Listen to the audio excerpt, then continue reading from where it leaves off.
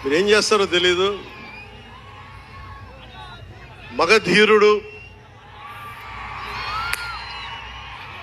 అల్లూరి సీతారామరాజుగా మొత్తం జీవించేశాడు. అందరి తోటి నటుల మీద అమితమైన ఇష్టం చూపించేవాడు. అందరికీ ఫ్రెండ్ రామ్ చరణ్. అందరి హీరోలకి చాలా గౌరవంగా ఉండేవాడు.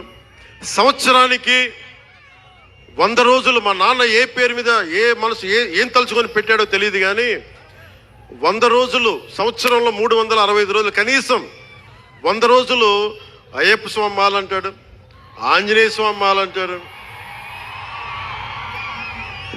ఎందుకురా చేస్తామంటాను అప్పుడప్పుడు. క్షమించాలి రామ్ చరణ్ గారు రే అంటున్నందుకు, పర్లేదు కదా.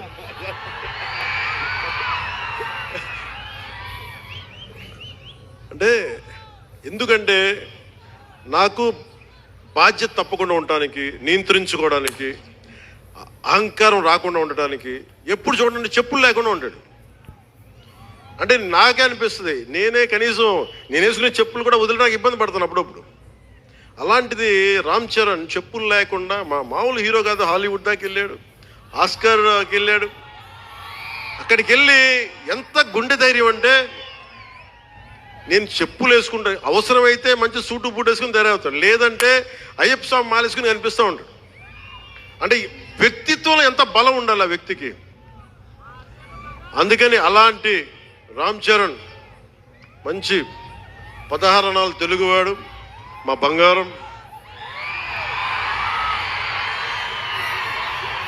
నా తమ్ముడు. ఒక తల్లికి పుట్టకపోయినా కానీ నా తమ్ముడు. ఎప్పుడు ఎదిగే కొద్దీ ఒదిగుండేవాడు.